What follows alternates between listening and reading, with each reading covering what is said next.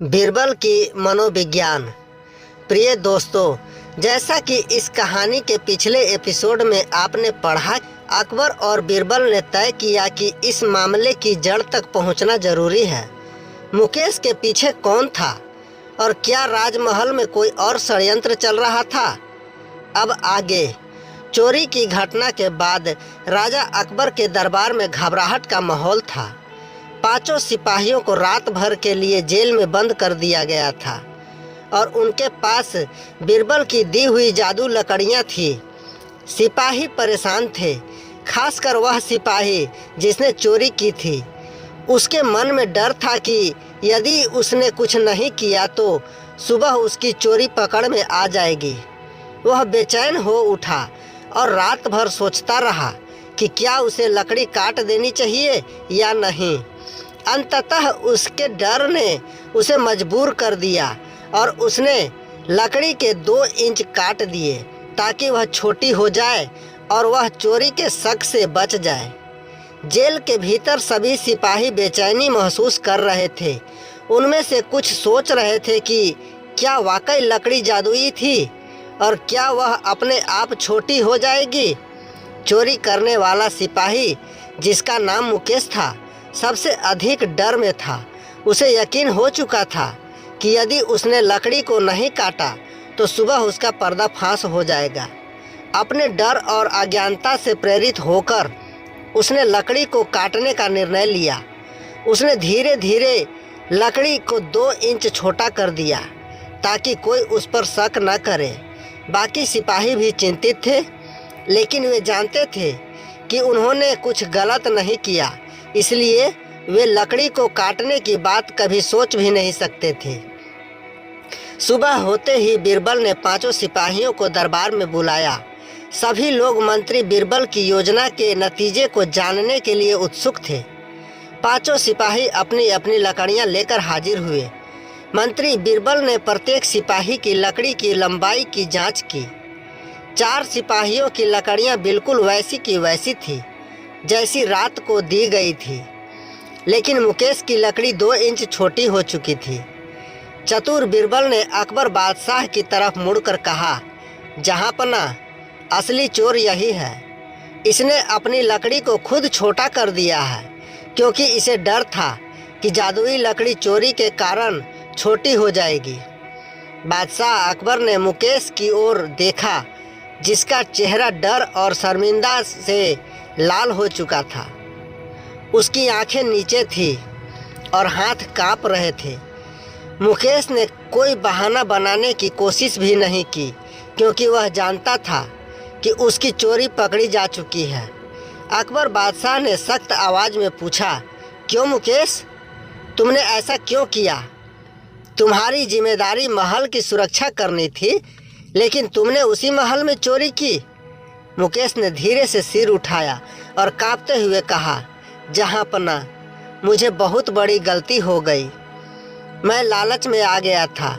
मेरी आर्थिक स्थिति बहुत खराब थी और मुझे लगा कि अगर मैं महल से थोड़ी दौलत चुरा लूँगा तो मेरी समस्या हल हो जाएगी, लेकिन अब मुझे अपनी गलती का एहसास हो गया है।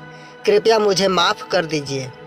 राजा अकबर ने गहरी सांस ली और कहा, मुकेश, तुम्हारा जुर्म बहुत बड़ा है। अपनी आर्थिक समस्याओं का हल चोरी से निकालने के बजाय तुम्हें ईमानदारी से काम करके उसे हल करना चाहिए था। चोरी कभी किसी की समस्याओं का समाधान नहीं हो सकती। राजा अकबर ने फिर मंत्री बीरबल की ओर देखा और पूछा, बीरबल, तुमने कैसे जाना कि लकड़ी काटने का यही सही तरीका चोर को पकड़ने का होगा? बीरबल ने विनम्रता से जवाब दिया, जहाँपना, यह योजना मनोविज्ञान पर आधारित थी। मैंने चोर के मन की हालत को समझते हुए यह योजना बनाई। जब मैंने कहा कि लकड़ी जादुई है और चोर की लकड़ी छोटी हो जाएगी, तो सच्चे सिपाही चिंता नहीं करेंगे क्योंकि वे निर्दोष थे, लेकिन चोर को यह डर सताएगा कि उसकी चोरी पकड़ी जाएगी और वह घबराकर अपनी लकड़ी खुद काट देगा। यह उसका मनोविज्ञान दबाव था जिससे उसे यह गलती करने पर मजबूर कर दिया। राजा अकबर मंत्री बीरबल की इस चतुराई से बहुत प्रसन्न हुए।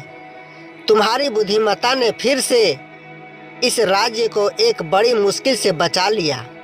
बीरबल, मैं तुमसे हमेशा कुछ न कुछ नया सीखता हूँ। अकबर ने कहा। मुकेश की चोरी का पर्दाफाश हो चुका था और अब अकबर को उसे सजा देनी थी। अकबर ने गहरी सोच में डूबते हुए कहा, मुकेश, तुम्हारा जुर्म काफ़ी योग्य नहीं है। तुम्हें इस राज्य की सुरक्षा का जिम्मा दिया गया था, लेकिन तुम्हें इस विश्वास का दुरुपयोग किया। तुम्हें अपनी इस गलती का दंड भुगतना होगा। राजा अकबर ने मुकेश को जेल भेजने का आदेश दिया, लेकिन साथ ही यह भी कहा कि अगर वह भविष्य में अपने कर्मों को सुधारता है तो उसे दूसरा मौका दिया जा सकता है। इसके बाद अकबर ने शेष 4 सिपाहियों को बधाई दी और उनके ईमानदार सेवा भाव के लिए इनाम दिया। उन्होंने कहा, आप सभी ने अपनी ईमानदारी से हमारे विश्वास को बनाए रखा है और यही ईमानदारी इस राज्य की असली शक्ति है। मंत्री बीरबल की इस समझदारी ने एक बार फिर अकबर के दरबार को गौरवान्वित किया। पूरे राज्य में बीरबल की तारीफ होने लगी। लोग अकबर की न्यायप्रियता और बीरबल की बुद्धिमत्ता के किस्से दूर दूर तक सुनाने लगे। अकबर ने दरबार के अंत में कहा, इस राज्य को चलाने में न केवल राजा की भूमिका महत्वपूर्ण होती है, बल्कि उसके सलाहकारों की बुद्धिमानी भी। और बीरबल, तुम्हारी सलाह और चतुराई के बिना इस दरबार में न्याय नहीं हो सकता था। बीरबल ने विनम्रता से सिर झुकाकर अकबर की प्रशंसा का जवाब दिया। जहाँपना, यह सब आपकी कृपा और विश्वास के कारण ही संभव हो पाया है।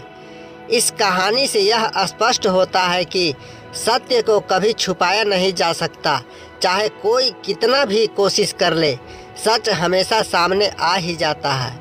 यह भी सीखने को मिलता है कि जीवन में सदा ईमानदारी और सही मार्ग का पालन करना चाहिए। झूठ, धोखा और चोरी जैसे कार्य जीवन में कभी अस्थायी समाधान नहीं ला सकते, बल्कि वे अंततः हमें ही नुकसान पहुंचाते हैं। सच्चाई और ईमानदारी ही वह नींव है जिस पर जीवन का सही अर्थ और सफलता खड़ी होती है। यदि आप इस कहानी का भाग 1 नहीं देखे हैं तो ऊपर आई बटन में लिंक दिया हुआ है, जा कर के अवश्य देखें। दोस्तों, हम आपके लिए इस तरह की मज़ेदार और मनोरंजन से भरपूर कहानियाँ लाते रहेंगे। आप इसी तरह से अपना प्यार और सपोर्ट बनाए रखें। धन्यवाद।